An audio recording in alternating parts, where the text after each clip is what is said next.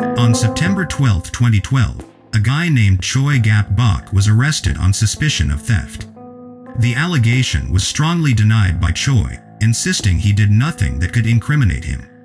However, the officers took him to the Daegu Police Department and put Choi in a holding cell. But Choi is no stranger to cells as he got in and out of prison for various reasons. He spent a total of 23 years behind bars and devoted all of his time to yoga, a skill he would use, in a very unusual way, on this trip to prison. Choi remained quiet and cooperative in his cell for 5 days. Early Monday morning of September 17th, he coated his upper body in lotion and escaped from his cell by squeezing through the food slot located at the bottom of the cell. He snuck past the 3 officers on duty, who were all asleep, and slipped out of a narrow window. An investigator reviewed the video footage after the escape and said Choi accomplished the feat in under a minute, moving flexibly like an octopus. The investigator then stated how Choi managed to pull off this escape. First, he let his head through the slot, then wriggled out his right arm and shoulders. But things won't go that easy for Choi, as his rump got stuck about halfway through, but because of his quick judgment of the situation, he then pulled down his shorts and managed to free himself. Choi was 5 feet 4 inches, and the slot he wiggled out of was about 5.9 inches tall by 17.7 inches wide. To keep the guards from noticing too quickly, he had arranged pillows under his blanket to make it look as if he were sleeping, just the way he saw it done in Shawshank Redemption. After successfully escaping, Choi then ran into a nearby residence and stole car keys and a credit card.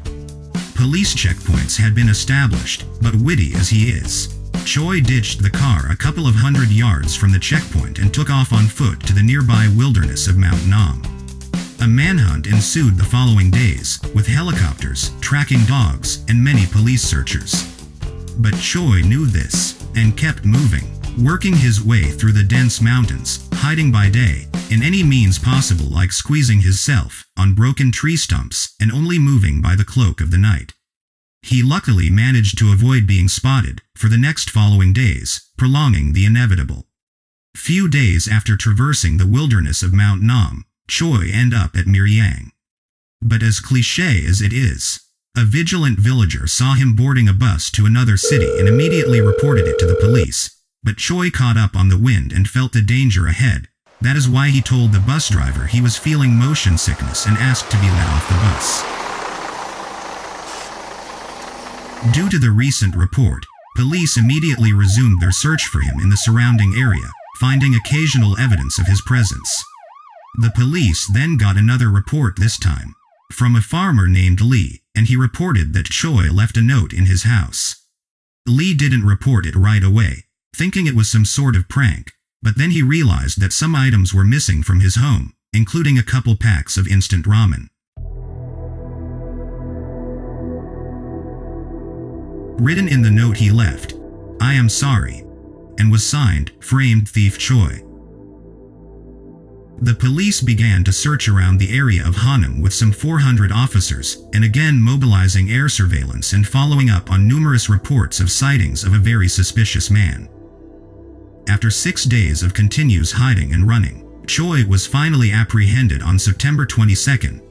According to police reports, Choi is found at the roof of an apartment building in Miryang, about 30 kilometers south of Daegu, hiding in a cardboard box.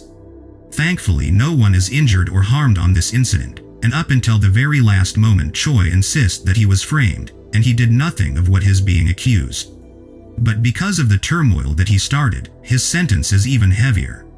And he is now imprisoned on a maximum security prison, where he can't slip to any kind of holes anymore.